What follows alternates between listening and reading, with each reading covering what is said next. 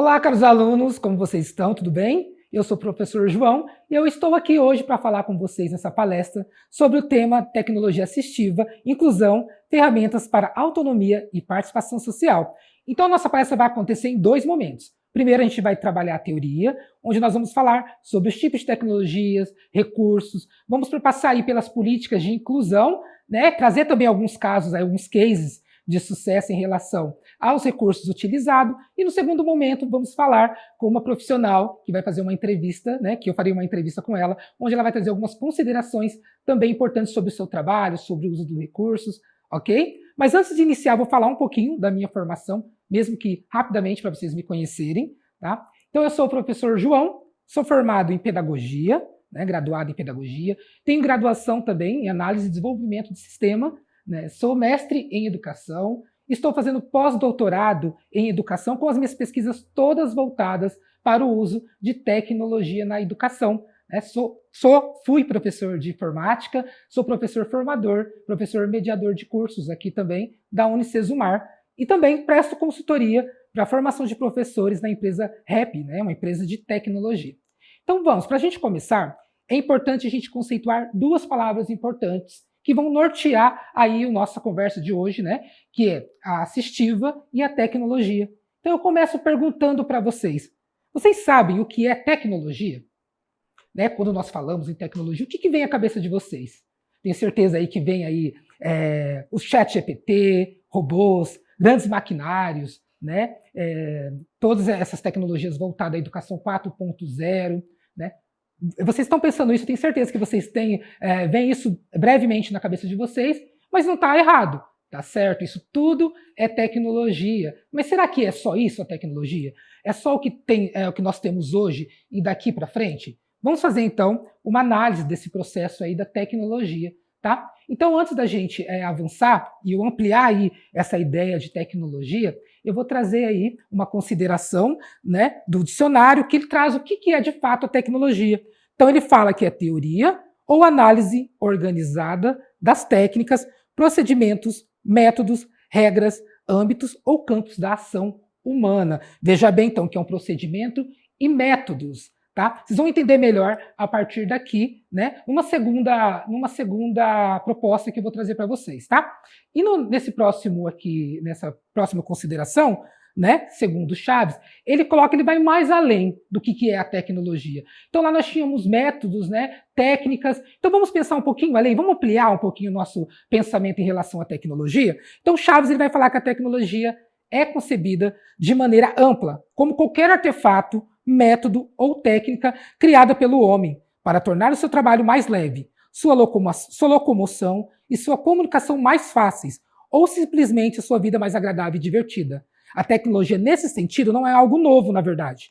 É quase tão velho quanto o próprio homem visto como o homem creator. Ou seja, será que a tecnologia é só o que nós vemos hoje? Né? Se a gente for pensar, de fato, o que ele coloca aqui, né, que são artefatos, ferramentas que ajudam a gente, né, a facilitar a nossa vida. Será que é de hoje que é feito isso, né, a partir das tecnologias que nós temos? Eu trouxe uma imagem, eu quero que vocês analisem bem essa imagem a seguir. Nós temos aqui dois quadros. Então eu vou pedir que vocês vejam aí no primeiro quadro, né? Nós temos os primatas ali produzindo, estão no fogo, né, uma das grandes invenções. E eles estão com algumas ferramentas nas mãos.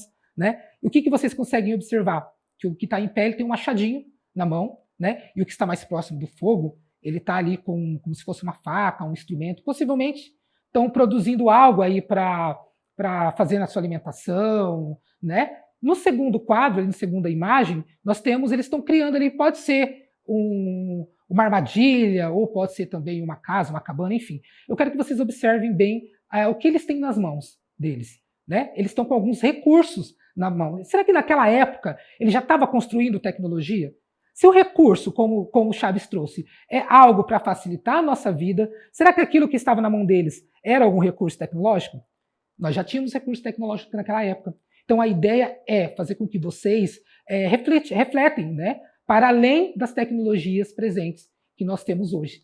Por que eu falo isso? Porque quando nós falarmos agora de tecnologias assistivas, a gente vai ter as tecnologias de alta e baixa complexidade. Né? E aí a gente pode pensar também em recursos mais palpáveis, uns recursos que nós da área da educação, consiga também nós produzir diante de um olhar daquele aluno com dificuldade. Então eu quero que vocês ampliem esse pensamento de vocês agora para as nossas próximas discussões, certo?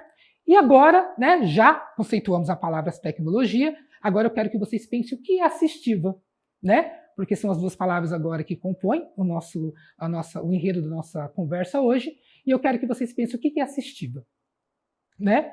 Então vocês vão pensar, obviamente, que assistível, né? É aquilo que assiste, é aquilo que está presente, que é observado, que dá, né, a liberdade assistida, é tudo isso, é auxílio, é ajuda. Então quando nós pensamos aí nas duas palavras juntos, né, tecnologia assistiva, a gente compreende o que de fato é esse recurso, né? Então é um recurso que vai auxiliar e que vai acompanhar a pessoa aí com deficiência, né? Que vai auxiliar ela na sua vida cotidiana e que vai também permitir a sua inclusão e interação, ok? E agora, conceituado as duas palavras, né? O que seria então a tecnologia assistiva de fato, né? Então a tecnologia assistiva, né, de acordo com Sartoretto e Brecht, de 2005, ele vai falar que é todo o artesanal de recursos e serviços que contribuem para proporcionar ou ampliar habilidades funcionais de pessoas com deficiência e, consequentemente, promover vida independente e inclusão. Olha lá o que eu acabei de falar, né? Promover a vida independente e inclusão. E ainda o Cook e o Hussey, ele vai falar que é também definida como uma ampla gama de equipamentos, serviço, estratégias e práticas recebidas e aplicadas para diminuir os problemas encontrados pelo indivíduo com deficiência. Então, a ideia da tecnologia assistiva, de fato, é facilitar a vida da pessoa com deficiência, tanto no âmbito escolar, tanto no âmbito em casa, né? Tanto no âmbito escolar, enfim, em todos os lugares que ele possa estar frequentando. E aí a gente vai pensar e falar mais sobre esse recurso. Ok?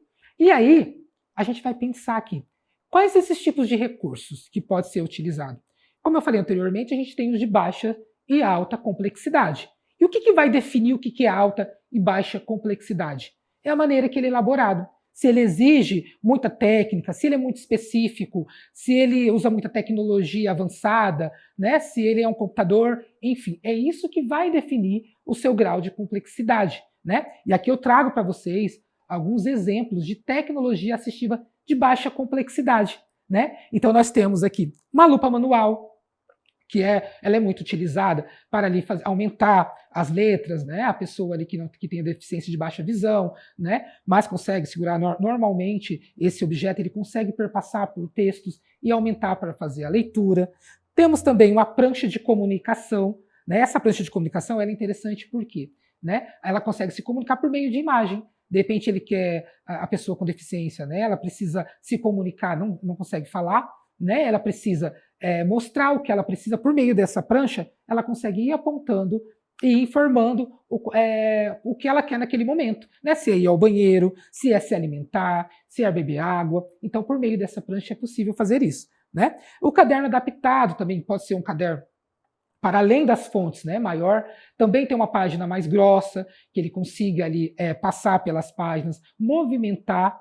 Então esse é um caderno adaptado. Temos também os talheres adaptados, onde o cabo ali ele vai ser aumentado, às vezes ela tem uma deficiência motora e ela consegue segurar com mais facilidade, né, dando independência a ela, né, precisando cada vez menos de ajuda de uma outra pessoa para poder aí fazer seus serviços, suas coisas do cotidiano de maneira mais simples e mais fácil, né? E aí temos as bengalas são bem conhecidas, né? Aquelas pessoas que têm dificuldade com a mobilidade, então a bengala ela vai auxiliar nesse equilíbrio, né? A pessoa vai conseguir andar. Também temos a régua de leitura, né? Que ela consegue ali acompanhar as linhas conforme ela vai movimentando essa régua ali no material, e adaptação de lápis e caneta. Essa adaptação ela ocorre também da mesma maneira que os talheres, né? Aí ela consegue deixar o cabo de maneira uma espessura mais grossa para que ele consiga segurar. E isso, pessoal, é muito legal porque muitos professores fazem isso dentro da escola, né? Ela consegue ali colocar uma borracha quando identifica ali alguma dificuldade do aluno e ela consegue colocar uma borracha e fazer com que o aluno consiga ali pegar e se adaptar melhor a essa ferramenta. E isso que é legal é esse olhar do educador para essas dificuldades também, né? Que de repente é uma dificuldade que ele consegue resolver ali naquele momento, né? Obviamente temos dificuldades que é necessário que haja mais estudos, que a gente vai falar um pouquinho mais à frente de os profissionais que são envolvidos, mas pode ser que o professor ali ele consiga fazer uma adaptação de material, né? Eu lembro na minha época da faculdade a gente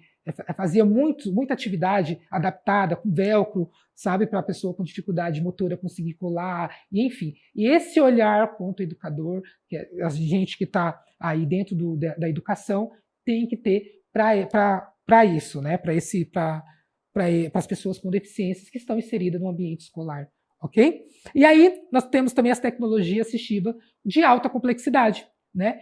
E aí aquilo que eu disse, o que classifica ela como alta e como baixa, né? Quanto mais ela exige uma especificação para ser realizada, ela se torna alta complexidade. Por exemplo, os leitores de tela que exigem aí, o maior tempo para estudo, para realização, né? Um software de reconhecimento de voz, que conhece ali a voz da pessoa e pede, por meio de comandos de voz, ele vai fazendo determinadas tarefas, né? Prótese moelétricas, né, que são aquelas que é muscular, que consegue resolver por meio de eletrodos, né, que é uma coisa mais específica ainda, né? Cadeira de rodas motorizadas, sistema de computador alternativo eletrônico, o óculos inteligente, o dispositivo de rastreamento ocular. Então, tudo isso exige um certo estudo para ser realizado. Não que os de baixa complexidade não exija, né? Ele exige também. Porém, esse aqui ele vai além, né? Ele precisa ali,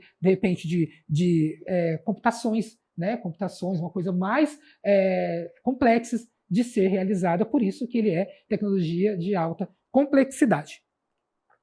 E aí nós temos alguns serviços para atender essas demandas de altas e baixas complexidades, né? Não é simplesmente elaborar esses recursos, né, e levar para os ambientes escolar ou independente de onde seja, para que a pessoa use. Ela precisa de um estudo, né? Então, quem são as pessoas envolvidas, né, nesses estudos? Nós temos a fisioterapia, que é muito importante, depois no momento das próteses, por exemplo, adaptar a pessoa com deficiência com aquela prótese.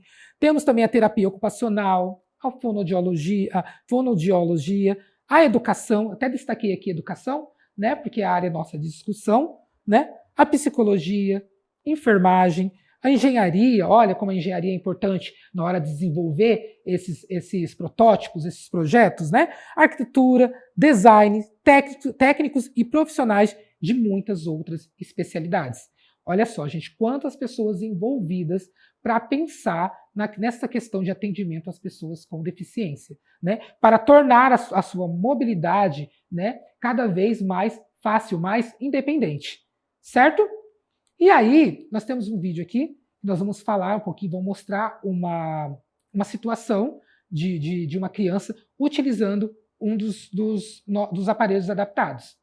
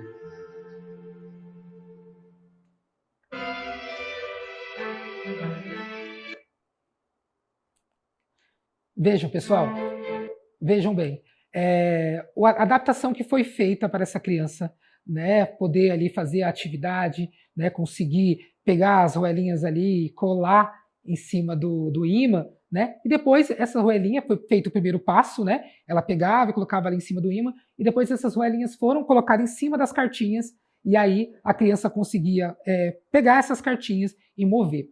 E o que me chama a atenção nesse vídeo é que eles colocam ali que depois de 12 anos a criança foi fazer a primeira atividade. Olha só quanto tempo que demorou para essa criança se desenvolver, né? Então, assim, por isso que eu falo que a gente, nesse olhar da educação, quanto é importante nós estarmos próximo do que está sendo feito dentro das escolas. E aí, por isso que a gente tem que estudar as legislações, entender os direitos, entender as práticas que estão acontecendo nas escolas, para que nós também possamos ajudar, auxiliar e, de repente, trazer proposta que de repente não precisa ser nem tanto complicada ou mais complexa, uma proposta mais simples, mas que vai melhorar a vida dessas crianças, né, nesse processo de aprendizagem, né? E por isso que é muito importante esse olhar nosso, tá? E aí, eu vou trazer para vocês agora dados da questão mais a fundo sobre pessoas com deficiência. Vocês acham que existem muitas pessoas que têm alguma deficiência no mundo e até mesmo no nosso país? Né? E aí a gente faz uma reflexão. Opa, eu já próximo da minha casa, próximo da minha residência, na escola que eu trabalho, tem muitas crianças? Né? Então a gente vai partir de dados para a gente entender essa população, né, de pessoas com deficiências no mundo e no Brasil. Então, de acordo aqui com a Organização Mundial, a OMS, ela vai falar que estima-se que 1,3 bilhões das pessoas em todo o mundo vivam com algum tipo de deficiência, classificado como significativa. Ou seja, então, é uma proporção de 1 em cada 6 pessoas com deficiência. Né? E aí, isso aí é um panorama mundial. E agora vamos trazer para a nossa realidade aqui no nosso país. Né? Aqui no Brasil, nós, né, aqui é uma pesquisa de 2022, nós éramos aí nesse ano 203 milhões e 80 mil 756 pessoas no Brasil. Tá? Dessas 203 milhões, 18 milhões 579 mil 623, né, que corresponde aí a 9,1% da população, ela tem algum tipo de deficiência. Vejam só, gente. Então é uma proporção de 9 a cada 100 pessoas possuem alguma deficiência. Tá? Olha quantas pessoas no nosso país apresentam, né, tem alguma deficiência. E aí eu trago ali os dados de quais especificamente essas deficiências, tá? Então, dessas 18 milhões, né, 579.623, 9 milhões 603 e 382 pessoas são apresentam uma deficiência física, né? 2 milhões 514.810, que corresponde a 14%, ela, né, tem uma deficiência auditiva. E aí temos ali 6 milhões 503 mil, né, 551, corresponde a 35%, uma deficiência visual. Né? E aí temos ali 5.392.959, 20, corresponde a 29% deficiência intelectual. E aí, né, para finalizar, 6.104.131, correspondendo então a 33% deficiência múltipla. Né? Apresenta mais de uma dessas deficiências. Olha quantas pessoas que tem no nosso país com deficiência. E aí a gente tem que fazer uma análise para dentro da escola, né? Uma análise para dentro da educação. Como essas crianças estão sendo atendidas, né, dentro da escola? Com os recursos corretos? Né? A gente precisa ter um olhar para essas crianças no processo de aprendizagem. Tá? Eu sempre falo, aqui eu estou trazendo um panorama geral, mas eu gosto de trazer sempre esse olhar para a educação, porque é o nosso âmbito aqui de estudo. Né? Então, eu sempre vou trazer para esse olhar para a educação. E aí, nós vamos fazer agora, então, um estudo acerca da política, das políticas de deficiência no Brasil, mas nós vamos começar agora fazendo um panorama no mundo dessas discussões. Tá? Então, essas discussões, né, ela começa lá em 1940, onde aparecem as primeiras discussões sobre acessibilidade física, né? Em 1970, a criação do primeiro centro de vida independente nos Estados Unidos. Então, vejam, nós estamos pensando agora em um panorama político a nível mundial, tá? Mas ainda não se falava, em 1970 ainda não se falava ainda sobre leis ou políticas, né, acerca das pessoas, dos direitos, principalmente, sobretudo, né, das pessoas com deficiência no nosso país, tá? Aqui é um panorama ainda mundial. Em 1990, introdução do conceito de desenho universal, garantindo que todas as pessoas possam acessar ambientes e objetos. Tá? Então nós temos aí 1990 e aí a partir de 1990 a gente começa a discutir a política no nosso país, especificamente, né, com a pessoa com deficiência. Né? Nós temos lá a Constituição de 88, que ela vai trazer o quê? Os direitos sociais para as pessoas independente, né? São para todas as pessoas do Brasil os direitos sociais como trabalho, educação, comida, alimentação, sem discriminação para todas as pessoas, certo? Ela não vem falando especificamente das pessoas com deficiência. Em 1988, a Constituição Federal. E aí sim, quando a gente fala da lei de 89, né, a lei 7.853, aí nós vamos falar já a primeira lei com esse olhar de apoio às pessoas com deficiência. Então vai ser a primeira lei ampla que vai discutir, né, vai trazer alguns critérios aí para as pessoas com deficiência e já com esse olhar do Ministério Público, né, para as pessoas desse público, né, as pessoas com deficiência. E aí, em 91, a gente pula ali, né, para 91, depois de 2 anos, nós temos a lei de cotas, né, que é a lei 8.213 de 1991. E o que é essa lei de cota?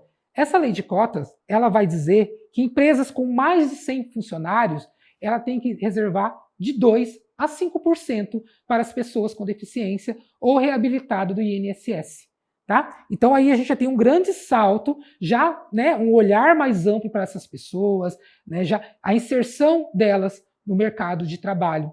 Olha que legal, né? Até então a gente estava aqui com a Constituição Federal, que via o ser humano, as pessoas como um todo, né, no seu âmbito social, sem discriminação. E aí nós temos uma lei de 89, que já com a participação do Ministério Público, já começa a direcionar esse apoio a essas pessoas com deficiência, e ali em 91 já traz essa lei de cotas para a inserção dessas pessoas no mercado de trabalho, né? E aí a inclusão começa a acontecer.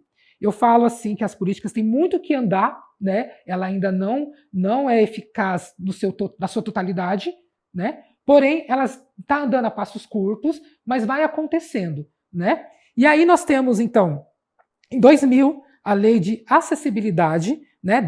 A lei 10.098 de 2000, que é essa lei de acessibilidade, onde há uma preocupação de adaptação dos lugares públicos, dos ambientes públicos e privados, né? E aí começa a se discutir a questão do transporte, como essas pessoas podem ser transportadas, os cadeirantes, a gente vê aí aqueles elevadores, né? Para as pessoas, os cadeirantes conseguir adentrar no ônibus para ser transportado, os meios-fios com as rampas. Então aqui a gente começa a discutir essa lei da acessibilidade em lugares públicos e privados. Mas aí a lei 5.206 de 2004, ela vem regulamentar essa lei, né, de acessibilidade. De que forma? Então, ela vem colocar, colocar prazos para que isso aconteça e critérios para que esse regulamento, né, essa acessibilidade aconteça de fato, né? Porque, como eu disse, as coisas vão acontecendo a passos curtos, mas aí quando a lei é regulamentada, ela vai trazer critérios e datas para que isso aconteça de forma mais rápida, né? E aí temos também a lei 12.764 de 2012, que é chamada de Berenice Piana, tá? Então ela é uma lei que vai instituir uma política de defesa, né, dos direitos das pessoas com transtorno do espectro autista. Isso é muito bacana, porque a partir do momento que a gente entende o TEA como uma deficiência, ela precisa de ter os direitos, precisa ser amparado pelos direitos, né, dela, né? E aí nós temos então essa lei que vai, né, amparar os direitos dessa criança ou do adulto, né? A educação, a moradia especificamente para pessoas com TEA. E aí nós temos ali a última lei ali, que é 13.146 de 2015, né, que é o Estatuto de Pessoas com Deficiência, ou a LBI. Tá? Então esse estatuto ele vem então, de forma geral, né, unir todos esses pontos, trazer todos esses direitos, a acessibilidade, aos direitos de moradia, ao direito da saúde, né? Então ela vai conseguir então regulamentar todos esses pontos, né? Então nós vamos caminhando até essa lei de 13.146. Olha quantos passos que nós fomos dando, né, até chegar ali, e tem muita coisa a ser feita ainda, tá, pessoal? Então aqui é um percurso que eu coloquei brevemente, né? Mas que há muita coisa a ser feita, e por trás disso tem muitas leis, muitos decretos ainda por trás de tudo isso aqui, mais específico, né? Eu coloquei de forma aqui mais macro, né? Mas dentro de cada uma ela traz mais algumas especificidades, certo? E aí, dentro dessas especificidades, eu elenquei algumas, né? A lei número 13.409 de 2016, que ela traz, né, a reserva de vagas em instituições federais de ensino para pessoas com deficiência. Olha que bacana, né? Aí já tem as reservas de vagas para as pessoas nas instituições federais, né, reconhecendo o direito delas à educação. Temos a lei número 14.126 de 2021, né, que reconhece a visão molecular como deficiência sensorial para todos os efeitos legais, tá? E por que é importante, quando a gente fala em reconhecer uma deficiência, seja ela, né, o TEA, a visão monocular, por quê? Porque a partir do momento que a gente reconhece essa deficiência, ela tem os direitos, né, os direitos reservados. Então, por isso é importante reconhecer, né, para que ela de fato tenha, que ela possa ser aí utilizado os seus direitos para a inclusão, né?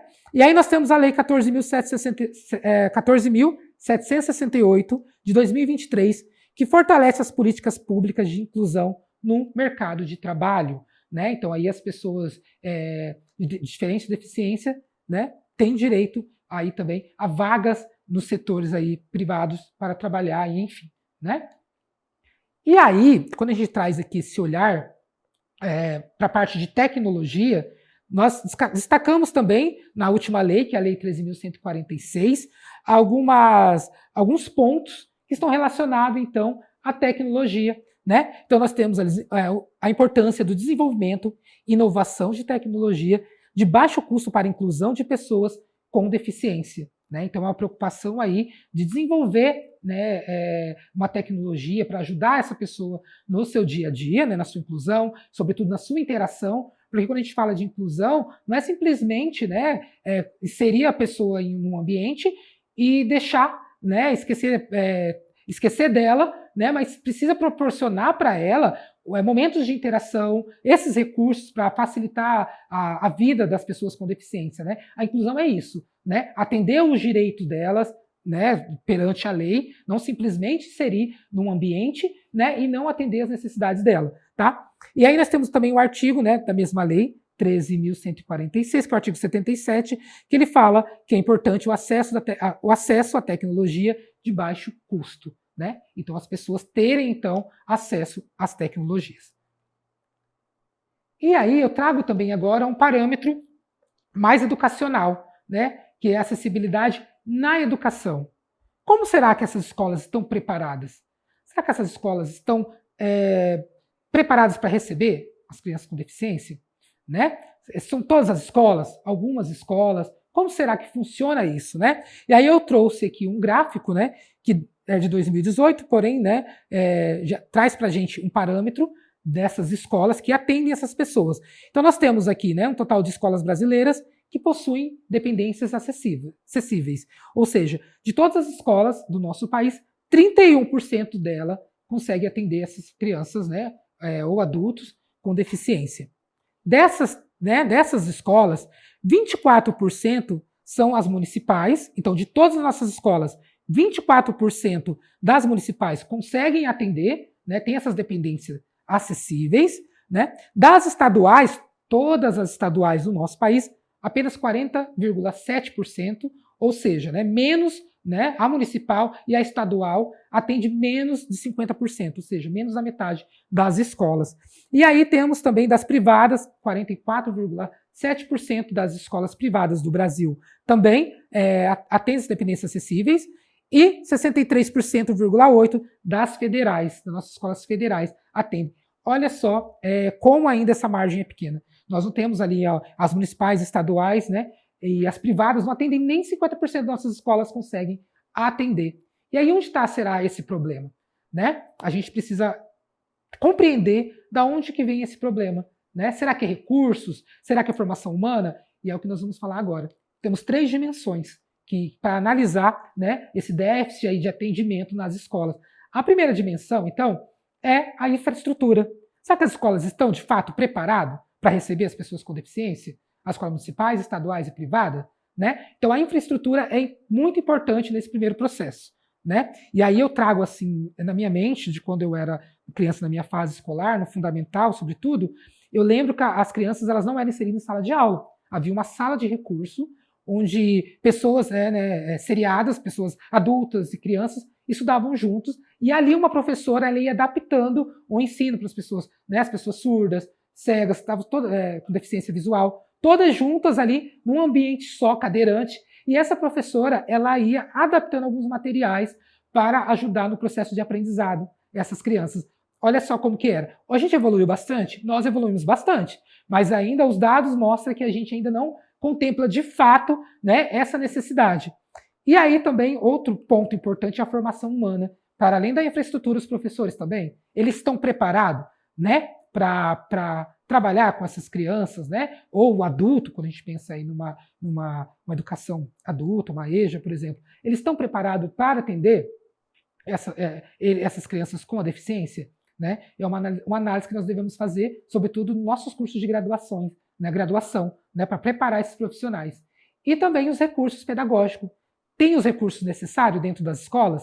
Né? Será que é possível atender? Então, veja, essas são as 3 dimensões que é importante analisar para que, de fato, haja a inclusão, né, das crianças com deficiência. E aí, nós vamos falar um pouquinho de quais esses recursos que a escola necessita. Né? Para deficiência visual, leitores de tela, impressoras em braille, lupas eletrônicas, softwares de aumento de contraste, tá? Também, né, para deficiência auditiva, aparelhos de amplificação sonora e legendagem em tempo real. Também temos para deficiência motora, teclados adaptados, mouse especiais, mesas regulatórias, softwares de comunicação e alternativas. Aí temos também para deficiência intelectual e múltiplas, softwares educacionais acessíveis, jogos pedagógicos. Quando a gente fala de jogos pedagógicos, não precisa ser necessariamente jogos eletrônicos. A gente pode, né, nós podemos, quanto educadores, ou também a escola, enfim, comprar jogos que as pessoas podem atuar com outras crianças de interação, jogos palpáveis, né? Não precisa ser jogos apenas digitais, que trabalha também a coordenação motora, a questão motora, enfim. E recursos de comunicação aumentativo e alternativa. Ou seja, então aqui nós falamos de tecnologia de alta e baixa complexidade. Né? Reparem que a gente não fala, obviamente, né, que nós queríamos que todas as escolas pudessem ofertar recursos de alta complexidade. Né? Mas é importante também ter esse olhar para os recursos de baixa complexidade, que de repente também vai atender uma demanda ali específica daquela criança, daquele adulto. Né? E aí, nós temos aqui os 7 princípios. Antes de elaborar esses recursos, sobretudo os recursos de alta complexidade, há 7 princípios que precisam ser atendidos. Né? Quais são esses princípios? Né? Temos, então, a equiparação nas possibilidades de uso, ou seja, vou criar um recurso que atenda não apenas uma pessoa, uma demanda, mas que consiga atender pessoas com a mesma deficiência, né? Ou uma deficiência equivalente a ela. E aí, indo ao encontro desse primeiro item, a flexibilidade de uso. Né? Uma ou mais pessoas podem usar aquele modelo, ela atende, esse modelo específico consegue atender outras pessoas da mesma deficiência? Né? Uso simples e intuitivo, tem que ser fácil esse uso, né? Não simplesmente criar algo que seja complicado, né? Para que a pessoa consiga utilizar, né? informação perceptível, né, que ele vinha com as informações claras de como utilizar. Também temos a tolerância ao erro. Não pode ser ali um equipamento, um recurso que vá machucar a pessoa, né, que vai causar algum desconforto, né, tem que pensar nessa tolerância ao erro. O mínimo de esforço físico possível, porque a ideia aqui é facilitar, né, a vida da pessoa, não é complicar, né? E a dimensão de espaço para o uso e interação, né? Pensar num produto, num recurso que vá ajudar a pessoa na sua mobilidade, né, na sua interação, não algo muito grande ou algo muito espaçoso que ela não consiga se movimentar, mas sim algo que vá facilitar a sua vida. E aí, nós vamos aí já para a reta final desse primeiro momento, né, nós vamos falar sobre de como isso vai ajudar as pessoas e falar de alguns cases, né, de sucesso para comprovar que, de fato, esses recursos ajudam no dia a dia dessas pessoas. Então, Galvão Filho da Macena ele vai falar que, para a maioria das pessoas, a tecnologia torna as coisas mais fáceis. Para as pessoas com deficiência, a tecnologia torna as coisas possíveis. Olha que legal esse trecho aí, né, que ele trouxe, que para as pessoas com deficiência torna as coisas mais possíveis, né? E aí eu trago aqui alguns casos, né, de algum recurso que foi utilizado, que é sucesso, né? No primeiro momento aqui a gente apresenta os leitores de tela do DOSVox e do NVDA, que são leitores de tela para pessoas de baixa visão, que é utilizado na Universidade de Paraíba, né? E aí sim ela permite a inclusão dessas pessoas, né, nos cursos da instituição. Temos também, então, em Curitiba, já existe um projeto chamado Gão Guia e Mobilidade, né? Que são os cães que ajudam as pessoas a se movimentarem, a ir para um espaço, para outro espaço, para as pessoas, né, deficiência visual, que tem deficiência visual. E aí, paralelo a ele, foi implantado, então, um aplicativo de geolocalização acessível, né? Que aí a pessoa consegue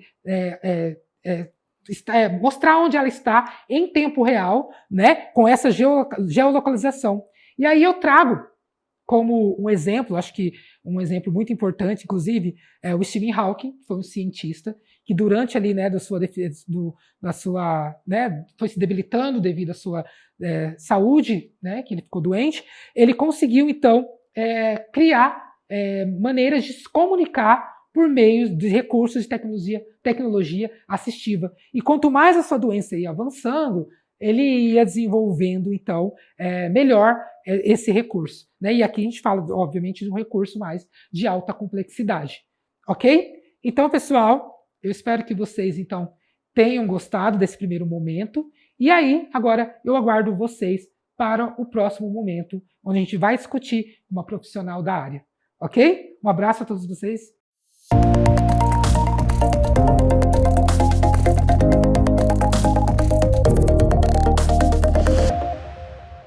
Olá, pessoal. Agora aqui retornando para um segundo momento, né? Agora com uma pessoa muito especial, uma parceira de trabalho, uma pessoa muito querida, como convidada para falar um pouquinho mais sobre essa tecnologia assistiva. Ela que, né, vivencia isso no seu dia a dia, na sua profissão, né? Vou passar para ela se apresentar um pouquinho para vocês e depois a gente inicia o nosso bate-papo.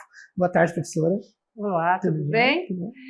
Bom, pessoal, meu nome é Raquel Garcia, alguns já me conhecem, sou professora aqui na Unicesumar e também sou psicóloga, trabalho na área escolar há mais ou menos 30 anos,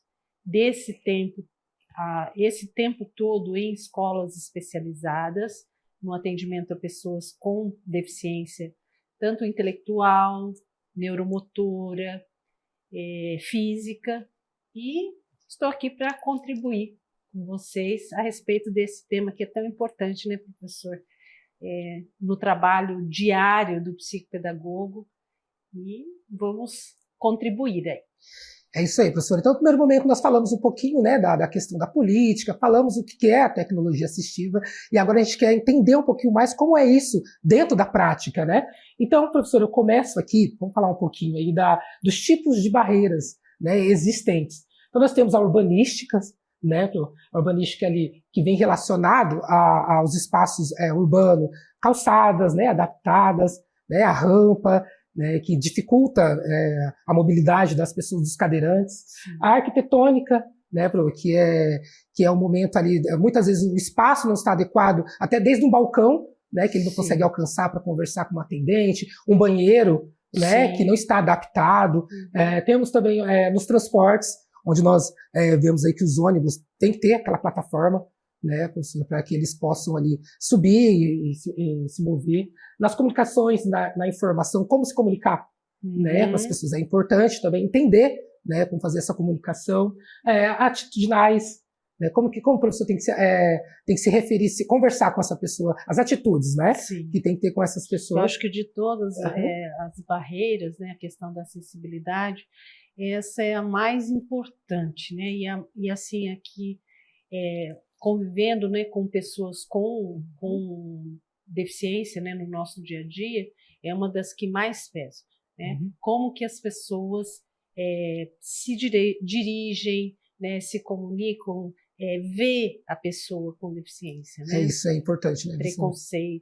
Preconceito, né? Principalmente, né? As tecnologias também, que nós falamos bastante também das tecnologias, além das assistivas, também as tecnologias que auxiliam aí, né?